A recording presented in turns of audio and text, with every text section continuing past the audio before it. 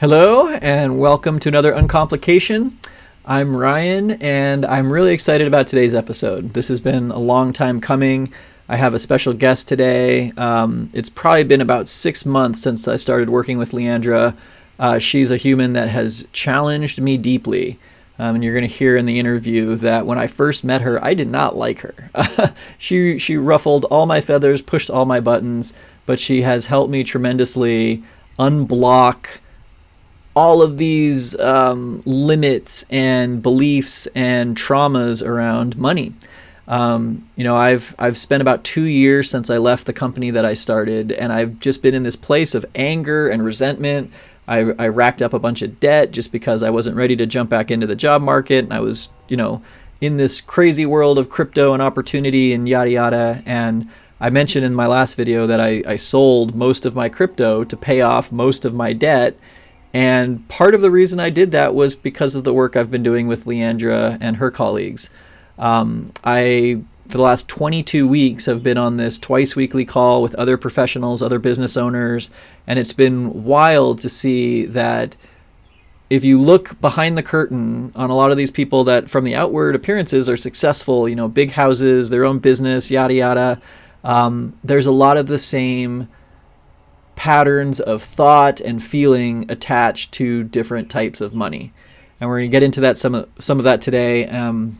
For me, it was the debt. I racked up this debt because I was in this transitional period, and it was just a reflection of how badly I was screwing up, of how irresponsible I was. It was this big, dark hole that even though I had a nice little crypto portfolio that was growing again, it didn't actually mean anything because I owed money back. And so by wiping that out, I'm now stacking my sats on a table instead of underwater. And it is just profoundly changed the way I feel about myself, the way I feel about life. And so, in this interview today, I think that you're going to get kind of a little peek into how LeAndra approaches these different types of money that we interact with. And I think there's a lot of value. Stay tuned. And I'll definitely have her back as kind of a regular guest because she's got a lot to share. As far as where the market's at, I've been following this, checking in maybe every week or so, just looking at the Bitcoin price chart. And I still am in the place that I think that we've got more sideways to go. And I hope that's the case. Maybe that's my own bias, but when I look at the lYfe schematics for accumulation, if we do, even like the Mayfair chart here that I talked about in the last video, if we do blast off, if this was impulse wave 1 in the Elliott waves, the most that we would see is kind of a return to about all-time highs before the next big crash down. So even if that happens, like I said, I'm starting to look at DCAing back in. I'm really happy that I was DCAing over this period and then was able to catch that 29,000, pay off that debt. And so, my hope is, my bias is that we have a little bit of downward movement before we go back up. But, balancing this with the just straight up lYfe schematic, this is what makes the most sense to me. I just feel that the composite man has more to do, keeping hope alive while keeping the uncertainty.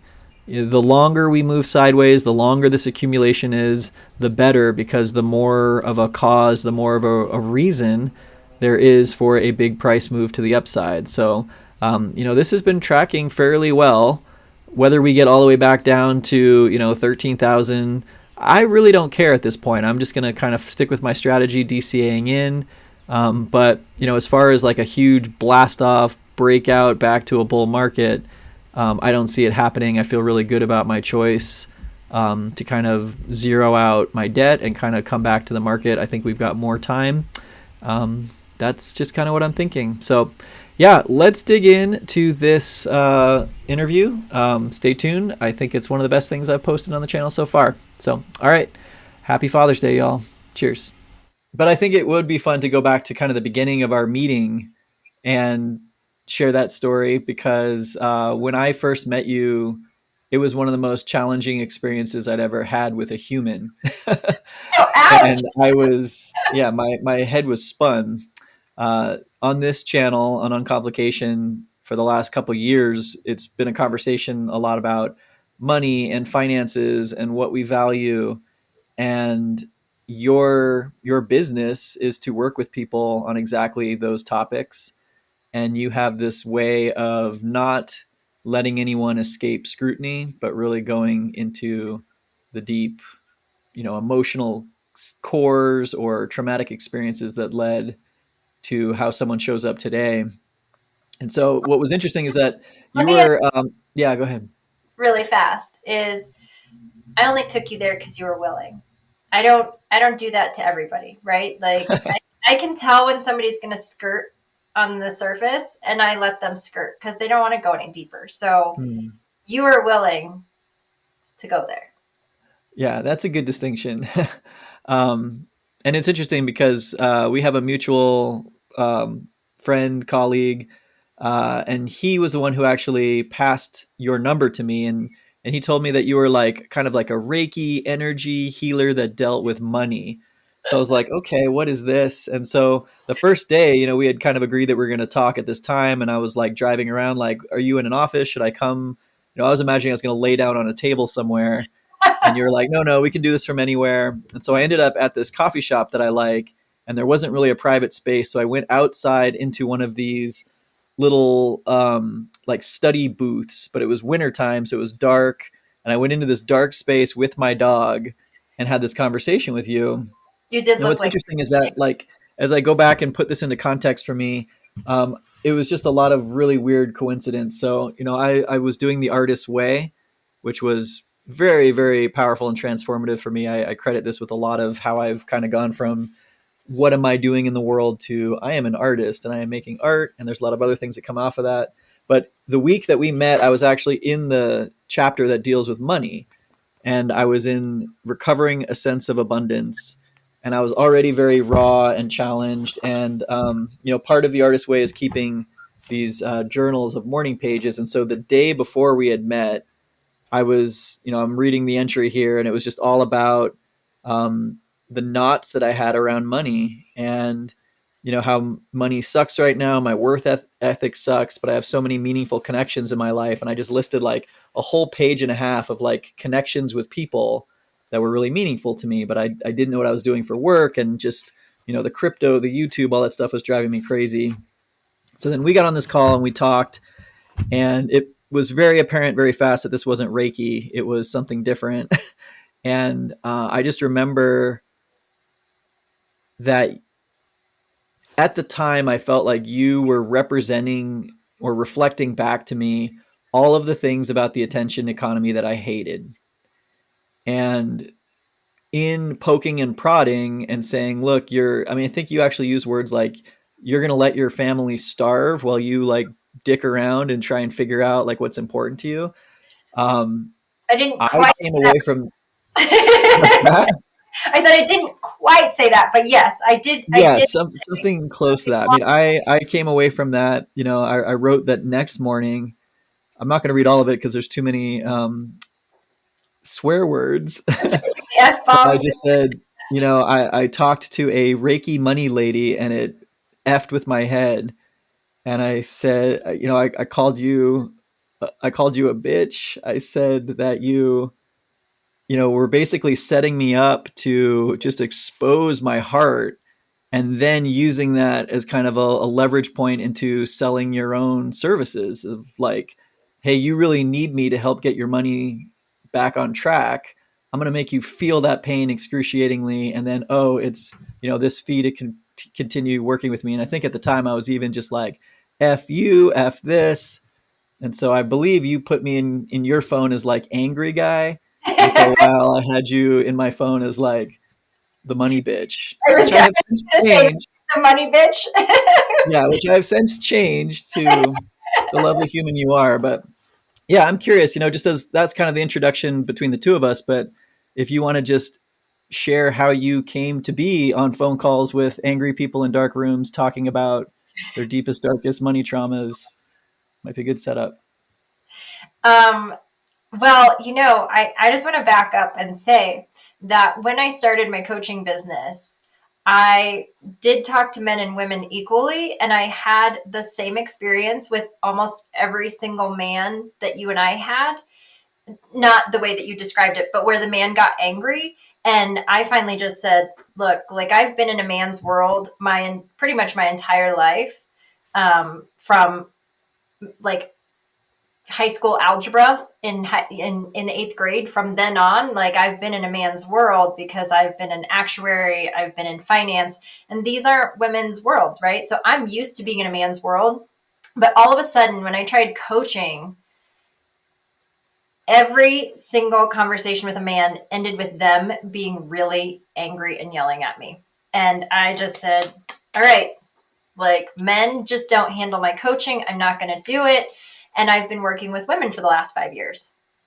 And so, as you mentioned, our mutual friend is also a man. And I said to him, and, he was laughing later, like, what a good sales technique it was, which it wasn't a technique. I really was saying, I don't think you'd want to work with me because most men don't handle it well. And that to him was like, A yes, challenge.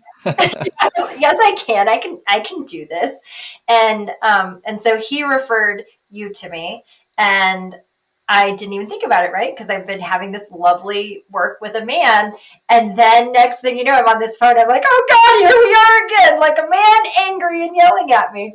Um, and, but the thing that has changed since, 5 years ago to now is that I've done so much more emotional work that I was able to emotionally regulate myself first, and then also to walk you through it, right? Because I could tell, and the thing that I've understand is like, especially for men in our society, and we talked about this afterwards of like, I understand now that anger is just the acceptable emotion for men. And so when we touch something sensitive, that might be the first reaction because that's the acceptable reaction. And so it was just a matter of like helping you emotionally regulate, because I don't think I sold you the way that you thought I did. I was answering your questions. Like, you were asking questions and I was answering them. Yeah. I think why I was so angry is because I had for months, I mean, pretty much a year and a half, been navigating the transition from like a high paying C-level position with lots of respect to just being kind of down and out and figuring out like, what am I going to do next? And just looking at this landscape of the attention economy, which is, in my feelings, and to this day, is very predatory and is very skewed towards how do we use people's evolutionary wiring to put things in front of them that they just can't help but buy. How do we put them into fear or doubt or scarcity or all of these things that are not great human experiences, and then use that to make money. And so I was dealing with this YouTube channel, and I think that it was the combination of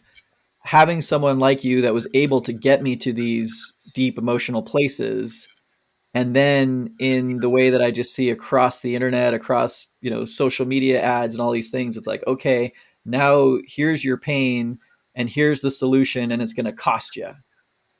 And I'm curious, and especially with this audience that I think is here on YouTube that originally came around the easy, quick money of cryptocurrency, which itself was kind of this attention economy game. It turns out I'm still trying to figure out this balance between like you as an individual have a lot to share, and you have to go out and make money with it. So how have you been able to balance, the good that you're bringing to the world with this, hard to really embrace, like, okay, I'm going to help you. You're down and out. And oh, by the way, it's $500 an hour to work with me. Like, how do you justify that? Well, I will tell you one thing, I haven't figured it out.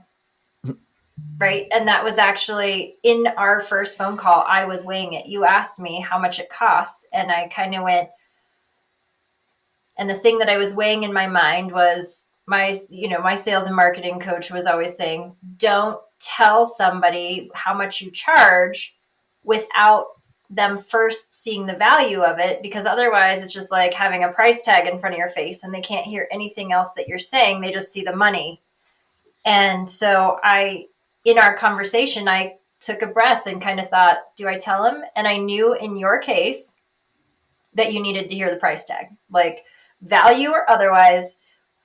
I was just going to say it. And that was the thing. I don't know if you remember, but that was the thing that just sent you through the roof, was how much I charged.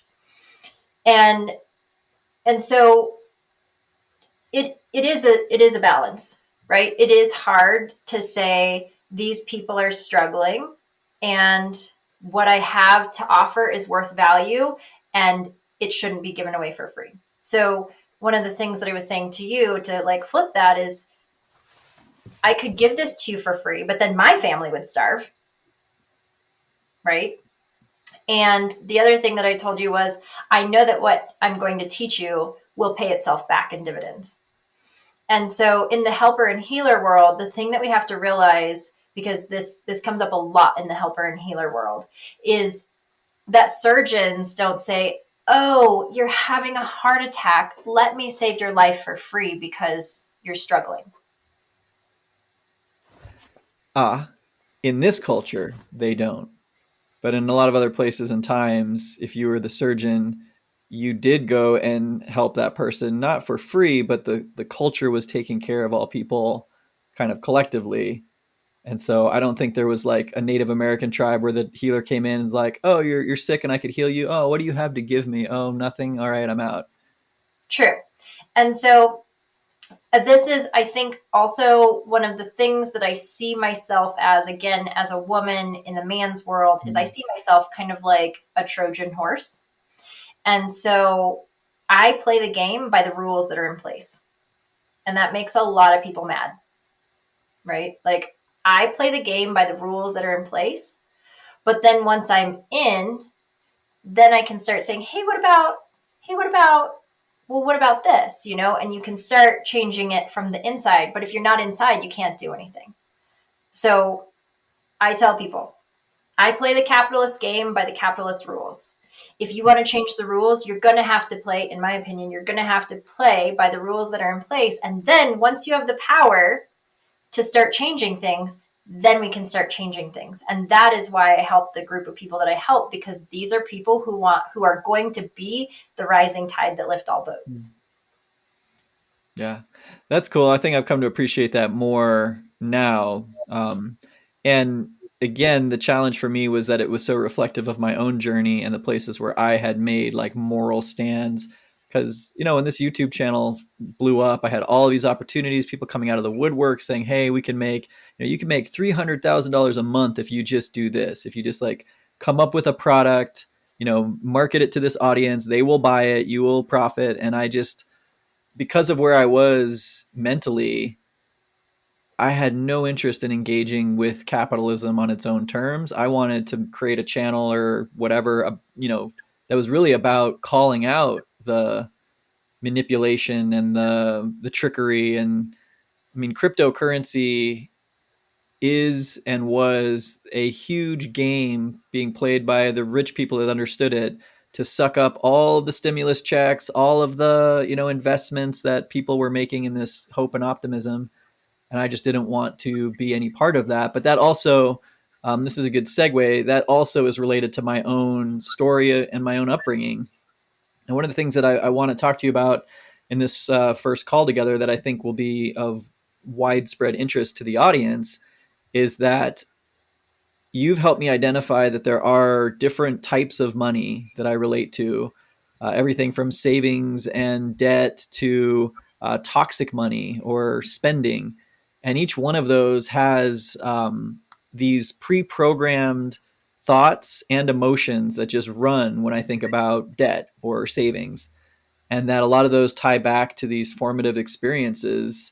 And that by understanding those and kind of untangling those knots, I've been able to just readjust my narrative, be more open to what the universe is already bringing me.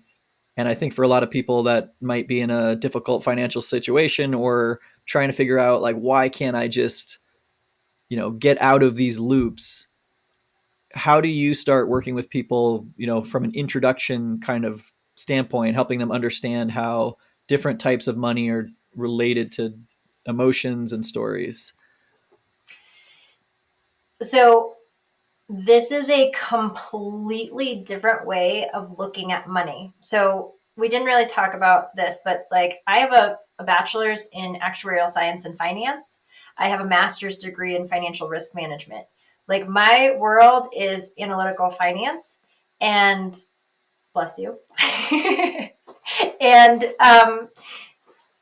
never, ever, ever, anywhere in there did they talk about the emotional relationship with money or the emotional programming of money. But so I think the first thing is to really get people to see money differently than they ever have before. And so, what you're talking about, taking you through that process to identify how you relate to each of the six different types of money and to see how that emotional programming that like it's nervous system programming that runs every single time you think of that money, but to help people understand that emotional relationship.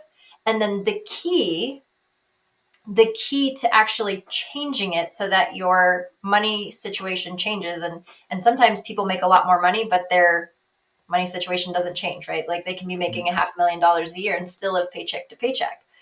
So to really change their financial situation, to give themselves some compassion. And the key word around compassion is, of course. Like, of course. Like now that I see this, of course I haven't ever gotten my debt paid down. Or now that I see this, of course I haven't been able to save more. Or of course I haven't been able to make more money. It makes so much sense now. And that's the big thing is one, identifying and understanding and seeing it. And then the second step is having compassion so that you can change it. Yeah. And that was a really unique approach. What I was expecting in working with you, especially over like the longer duration that we've had, was a lot more like spreadsheets and all right, let's get all your receipts and see where all your spending goes. Let's see, really just that kind of gross mathematical approach. But we haven't done any of that except for maybe talking about goals. And a lot more of what we've been doing is, week over week, focusing on, specifically one type of money and then actually going deeper into those feelings. And I realized through this process for me, and actually the last video that I posted on this channel was about selling Bitcoin to pay down some debt that I had just built up over the last couple of years while I haven't been, working in the same way that I used to. And I think it was through that exercise because I never have had debt my entire life. Like it's been just a place of pride that I've never had credit cards. I've never had car payments. I've always just bought everything cash. And that kind of was a reflection of my self-worth in a way. And then in this last couple of years when, things kind of went into a difficult place for me, I started using these other, like home equity line of credits and things that were just available to me to kind of extend this runway where I'm figuring out like, what am I going to do next? But I mean, the equation wasn't balanced. So this debt was kind of piling up and it, I was carrying that around with me as a reflection of what a screw up I was and how, I'm not an adult. I'm not responsible. I'm not, I mean, those were these kind of triggered, programmed words that were starting to run. And as I really reflected and, did some of these exercises and journals and things, I just realized that it, it is a lot more energetically good for me to take things like Bitcoin, where I have a lot of optimism and, excitement, whatever. But you know what? I can buy that again with extra money. But for me to be carrying this debt while I'm investing in this, question mark, like I just felt that imbalance. And so in the last like couple months, I guess, I've basically made my debt go to zero. And now I'm rebuying into crypto with um, profit and extra money. And so now, like, the numbers haven't really changed that much, really. I was looking at, my debt, income, savings, toxic money, etc., and like they haven't changed dramatically in terms of like the net, number, but my feelings around all of these have unblocked so that as I move forward, I'm able to do new things. Yes. And yeah, I'm curious your kind of reflection on that little story. Yeah. So, I mean, going back to your piece of like, everyone's like, oh, you're going to make me do spreadsheets. You're going to make me do like numbers and stuff because of all the things that I just told you that I did numbers. But what I found is that people couldn't implement the amazing strategies that I was teaching them. And, it would be a simple step. They couldn't implement it. And I was doing one-on-one coaching at the time, and I kind of had silos, right? Like I had my numbers silo, and then I had my touchy feely Reiki woo woo emotional silo, and I hadn't combined the two. But what I found is that I had a client who was doing both, and she was getting much farther much faster because we'd have like an emotional breakthrough, and then all of a sudden the thing that I'd been saying, hey, you should, you need to do this thing for 6 months, and she'd be dragging her feet. So I bring it up again, gently bring it up of like, okay, like we should revisit this. She's like, oh yeah, I've been doing that for months. And I was like, what? Like you didn't even tell me that you'd been doing it. And so that was really the piece that I found of like, when we get these emotional breakthroughs, and I don't know how to say it better so it all feels like woo woo or touchy feely crap, right? Hippy dippy bullshit. That then all of a sudden, the thing that had been so hard and I can't do it, they would just do it. It was like no big deal. And so that's really where I like to start, like what you're talking about. There's not a spreadsheet in sight. There's no numbers in sight. We're talking about the feelings so that when it comes time to say, okay, like open this account, you're like, no problem. I got that. Yeah. When you start working with people for the first time, are there some generalized kind of common experiences or things that you can anticipate in terms of like the money map? If someone is listening right now and they were coming to you as a first time client, what do you suspect about how they approach the different types of money or what they might be currently feeling? Okay, so to back up, we didn't use the term money map before. So the money map Yes. is writing down your relationship to each of the 6 different types of money. So that's what we mean when we say money map. Um, it is incredible how you can tell me your money story, and I can tell you emotional things or things that have happened in your past, or vice versa, right? Like you could tell me a story, and I might say, "Ooh, you haven't been able to keep any savings, have you?" And it's like, how do you know that? And it's just these emotional life events, and if you want to say like small t traumas that have happened in our life that play out in our money. That's where my hippy And dippy so bullshit. everyone kind of has a different snowflake, but it's really only across these six dimensions. And so based on the story, you can kind of zero in on where that trauma might be. What are some common experiences or um, I don't know, something that you see often enough that it's worth just saying in general, a lot of, 30 something American males are blah, are there some generalizations? I'll zoom out from 30 something year old males because I was actually talking to an 80-year-old male the other day. There you go. But and I think this will be great for the crypto group because of what happened in the crypto world. But when we see the boom bust cycle, like if you think of like the oil booms, right? There's tons of money, and then all of a sudden there's none, right? And the same thing happened with crypto. Of like crypto's going up, I'm a millionaire. I lost more than I put in, right? So that boom bust cycle. Um, and again, this sounds crazy, but a lot of times when you see that pattern regularly, like it's not just a one-time event, but this 80-year-old that I was talking to the other day was talking about, we weren't talking about money per se. He was just telling me, oh, I had cattle and then I took a bath because I had to sell them at the bottom of the market. And then he's telling me about, oh, I was trading like stocks and then the tech bubble, right? And it was like the third thing he told me. And I said, it's kind of interesting. But when we see that pattern regularly, the pendulum or the boom bust cycle, we often see a vow to never be like a parent. With money, it's usually the dad, right? Like, I vow that I will never be like my dad. I will never be like that. And so it's this thing of like busting your tail to prove that you're never going to be like him, and you make all this money that you were never like him. And then all of a sudden, damn it, I turned out just like him, right? It might be like he never paid child support or he was never there. And so now all of a sudden you're in that place. And so now that you're in the bust cycle, now you have to work really, really hard to get back into the boom cycle. And then it just happens again. Mm-hmm. It's rough.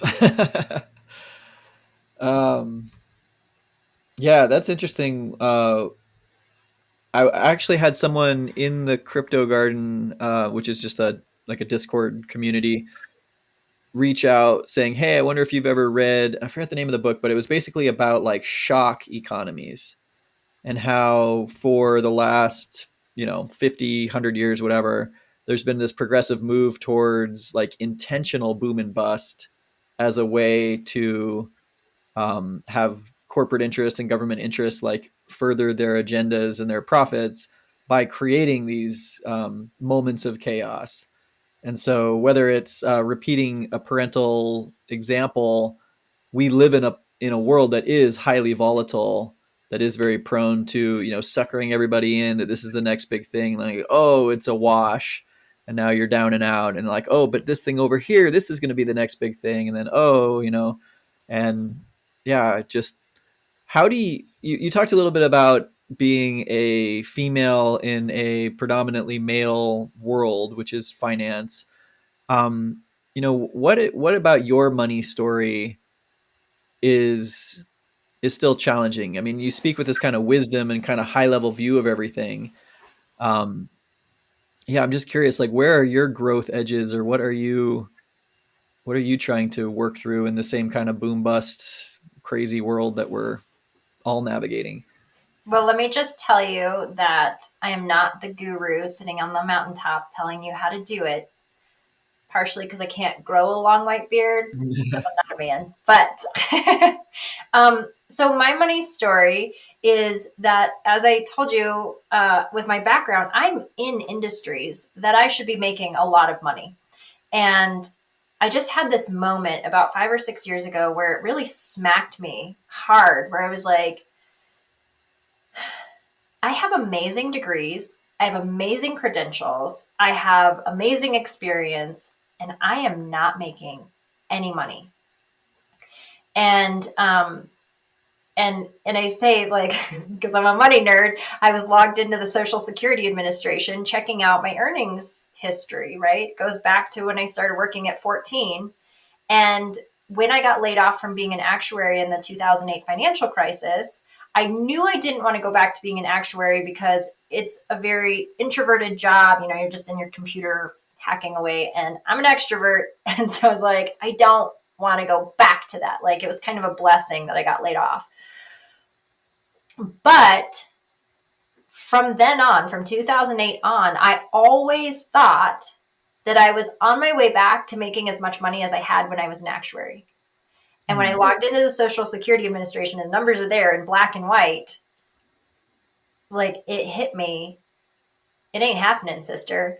Like, you haven't made more than $36,000 in the last, 15 years? You're not getting back to that income. And there was a number that stuck out to me. Well, it was 36,000 that stuck out to me. And it was just like, That's what my dad was making as a public school teacher in a low income rural area in Kansas when I was in high school. And so it was like, what is going on here? And interestingly enough, that's another pattern that I found is for entrepreneurs. And it doesn't matter if they have a single mom who was working 2 to 3 jobs to make ends meet, or their dad was a highfalutin CEO making $1 million a year in the 80s or 90s. They won't make more than what their parents made. And if they do, something happens, right? Sort of that boom bust, like that brings them back. And so for me, 36,000 was what my dad was making in high school. And I actually just gave a talk recently. My dad was there and I heard him mutter under his breath when I was sharing this pattern. And he goes, "Oh, poor kid." He was feeling bad for me that I was like, yeah, how come I had to have a school teacher dad? But so that's what I'm saying. Like I started doing this emotional work, not so much for my clients, but for myself. Cause I was like, I'm good at keeping and growing money. I'm great at that, which is what a lot of people aren't good at. And that's where my program started, as I was going to teach people that. But as I was working on my own emotional relationship of like, why can't I make more money? This started to unwind. And of course, sometimes it's easier to see it in other people before you see it in yourself. So it was great to have my guinea pigs, my clients that, played along with me, and they've been with me for 3 or 4 years as we've been unwinding it. Yeah. It makes me think because I think I would love to have you, come on as a regular guest Yeah. and, maybe once a month or something, just keep the conversation going because there is no end to the benefit from talking about these topics, especially in front of an audience that is concerned with their finances and where they're putting their value and how they see themselves. And a lot of people that were like we were talking about, on this upswing when I first kind of met them, or we were all in this world together of feeling really smart and seeing our investment, the number in the bank or the app like grow and grow and grow. I've had a lot more people reach out to me after the fact, just like I lost $300,000 and I'm a total loser and I yada yada yada. And so I think what's cool is that a lot of the topics that we touch on together address some of those stories and start to untangle those knots. And so with our last maybe 10 minutes here on this episode, I would love it if you're willing to kind of go through those 6 money types and maybe just give kind of a high level appraisal of, the general connections or feelings attached to them to see if that resonates with, the audience. And then maybe in future conversations, we can go a little bit, more into one or more of those specifically. But yeah, give us a high level map of the money map. Okay. So 6 different types of money. The first one is savings, then debt, spending, income, income goals, so what you would like to be making, and did I get cut out right there? Nope, you're Okay, good. I got a message that today was disconnected. Okay, so income goals, and then the last one is, like you were saying, toxic money. And there are 3 aspects to each of those types of money. So one is the emotional connection, there's a thought process, and then the third one is a connected trauma. And the connected trauma sounds really woo-woo until you can keep pinning it, this like, and this same memory keeps coming up every time we talk about it, then you know it's a connected trauma. So you were asking about the emotions. I'll just keep it high level of like the ones that I found most interesting is that spending is often related to regret. So we've got the term buyer's remorse, and it's easy for us to see for spenders that they regret buying something that they didn't actually need, right? But we don't really see it with savers. We think that the savers are immune to it. But what I find is that savers tend to be savers because they're afraid of regretting the purchase. So they will do in-depth research on something and then not buy it because they don't want to have made a mistake. Does that make sense? Okay, so if you think about spending and regretting it, the the emotional connection with debt is that it's an emotional battle that hasn't been resolved yet. And so you either haven't forgiven yourself or you haven't forgiven somebody else. And so you kind of talked about how you started racking up debt after everything went south with the company, right? So there's that emotional battle that hasn't been resolved. And so I like to say, like, on your spending, if there's something that you regret and the connected trauma, which keeps playing out as regret in your money, if you don't resolve that, then your spending turns into debt. Right? That regret then turns into an emotional battle that hasn't been resolved. So you can see how the emotion plays in. And then if you want to take it one step further, right, as you were saying, your spending turns into debt. And then because you have debt, you can't save. And so it kind of becomes like a negative snowball of spending into debt into no savings. And so I think, to me, that's just the fascinating thing of, like, you can see how it progresses. And so when you're working with someone, you get them to actually, write down these 6 different types, um, take some time to process those emotions and feelings and the little T trauma that led to them. What happens to someone? What's the shifts that you see, or how does this process work? How does understanding lead to changes in action? Okay, so here's where the, like, weird Reiki woman came into play, right? It's that I use, it's a really powerful mind body tool, and it's starting to become more mainstream. I think Katie Couric had it in her blog post, and it made its way into a movie. But it's scientifically proven. They use it with military men, or not men, but military people with PTSD, to reduce the fight or flight response. And it's called emotional freedom technique, or tapping. And so it's tapping on acupuncture points. And so that's what we use to bring down that emotional response. And I always say, like, when in doubt, just tap underneath your collarbone, because you got 10 fingers going for it and you can't help but hit something accidentally. Right? So just, like, when you're feeling it, you just start tapping. But that's one of the things we use, tapping, to bring down that fight or flight response. And it's really amazing because you see the story one way, and you will tell that same story the same way for the rest of your life without some sort of pattern interrupt, right? And that's essentially what we're doing with the tapping, is we're doing a pattern interrupt in the story. And it's amazing how, when we go through that connected trauma and we tap on it, that all of a sudden there, and it's not just tapping, right? We have to bring in that compassion piece that we talked about before, of, like, of course, or I get it. Mm-hmm. And that's the thing that makes the shift. But when we're tapping on it, all of a sudden you go back in and you revisit the story, and you see sides of it that you never saw before. And so we're not rewriting the story. We're just remembering parts that we seem to have forgotten. And we're able to see pieces of the story that then make us feel more empowered to make a different choice. And I think that's the biggest thing, is rewriting that story, or retelling the story with different details than we've been telling it with.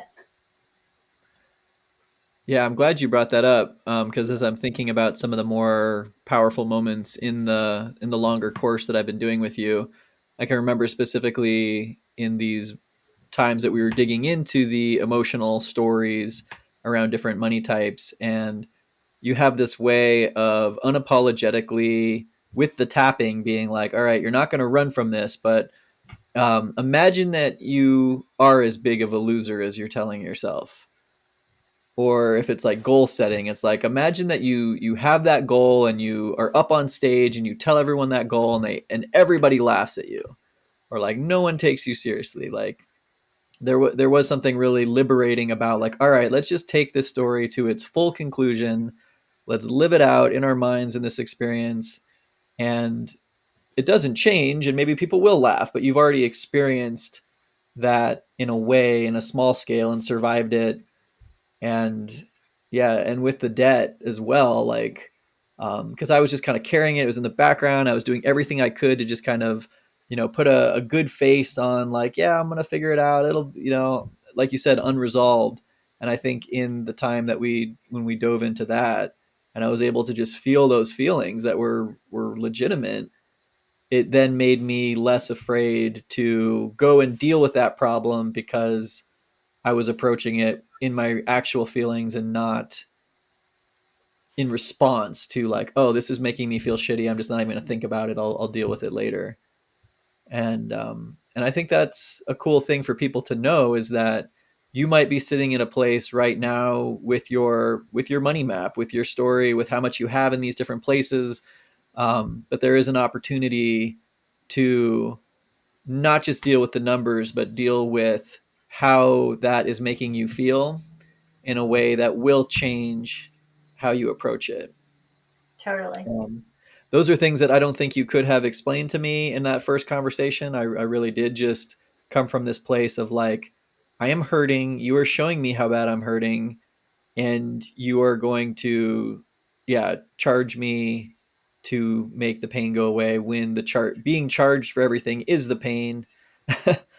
So um, yeah, yeah. so bringing this full circle, I don't know if you remember this, but like I said, I mean, you and I dove into the freaking deep end in call number one, and that doesn't normally happen in most of my conversations. But I mean, we went off the high dive into the deep end right away, and the reason that anything even shifted was that after you finished yelling at me and saying, "How dare you?" and "How can you do this?" I took you through tapping right away, and I asked you if you wanted support with it. And I took you through tapping, and I said out loud the things, starting with what you had said to me. And then I added what I was reading between the lines and just said, if it resonates with you, say it. And if not, change it a little bit. And I said out loud the things that you were thinking, of like, how can you do this to me? And like, it's awful. And I even said awful things about myself as if they were coming out of your mouth, right? Like, I was not surprised when you told me that I was in your phone as the money bitch. And that, like, I don't remember if I said that, but that was one of the things as we were going through it of like, how could you do this? How can you prey on people? How can you be so awful? And I think that that's the big thing is like, when we tap, there's nothing off limits. All the things that you were told not to say as a child, all the things like, oh, don't think that. Oh, don't say that. We say it because when we say it, when we acknowledge it, then we can move on. But we have to get it out there first so that we can move on, because the just forget about it doesn't work. Yeah, that was a really good way to bring it all full circle, and I think that you're right. In other contexts, I would have just held on to those thoughts, kept them secret, but being able to vocalize them actually allowed me to process what had happened. And then, we reached out, and subsequently, I did another little course with you. And I remember that once again, this is just my personality type, I guess, but on that call too, it was just like a envisionment for 2023. And again, it got really deep, and I was like yelling expletives at, the shit bags that had stolen my company and blah, blah, blah. But like, that was also this kind of explosive release, and that's not something that happens enough, I think. No, it's so cathartic. And I actually have a boxing bag outside here, and for my local Mm. clients, every once in a while I have them. Just like, go to frickin' town on the boxing bag and just scream about the injustice and like, how could you do this to me? And like, who does, like, all the things that you want to say, because that physical movement also moves energy in a way that we can't just tap out. Like, there's a part of it, we just have to pound it out. So, Totally. and yeah. Well, like I said, this will not be our only conversation that we share with a wider audience. Um, how can people find you, or if they're interested in learning more about your method or working with you directly? Where can people go to find out more?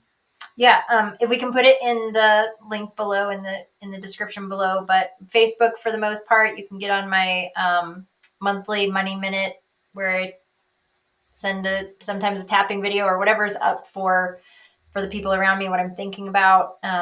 You can do that. Those are the main two ways of seeing what I'm up to. Cool. Yeah, and so we're just finishing is it 22 weeks? Is that how long we've been going? It is That's 22 wild. weeks. So, yeah, we've been working together with a big group. There's like 20, 30 people in there for 22 weeks. And so, I'm assuming that you'll have other opportunities in the future for similar, yeah, all kinds of stuff you're cooking up. All things are cooking. Um, yeah. Well, like I said, this is a long time in the making, so it's really satisfying to actually be here with you, kind of sharing some of this story because it has been under the surface of a lot of the things that I've been doing. So I do want to thank you for being willing to work past the anger and get to the good stuff. And yeah, any final words that you want to share with anyone who's listening? You know, the reason, I'll just say the reason that it's been such a long time coming was my own stuff that I had to get over to even do this podcast with you. And so I just so appreciate your patience. While, like I said, I'm not the guru on the mountain. I'm like, hey, look at where I just stepped in the snow. You want to take that step? It'll be a little bit easier for you. So thanks for your patience while I got myself geared up to have this conversation. Awesome. Yeah, and that might be a fun conversation for next time because I know that you've also been, you got the money thing on lockdown, but sharing that is a more difficult. I mean, that's your challenge, I think, is how do you bring this to the audience? How are you able to, step forward and be yourself and let the audience do and feel and respond to you, but not be shaken by that response. Yeah. That's difficult. So, all Awesome. right, Leandra. Well, thank you for joining me. And yeah, until next time. Yeah. Thank you, Ryan. It's been great to be All with you. righty. Yeah. Cheers.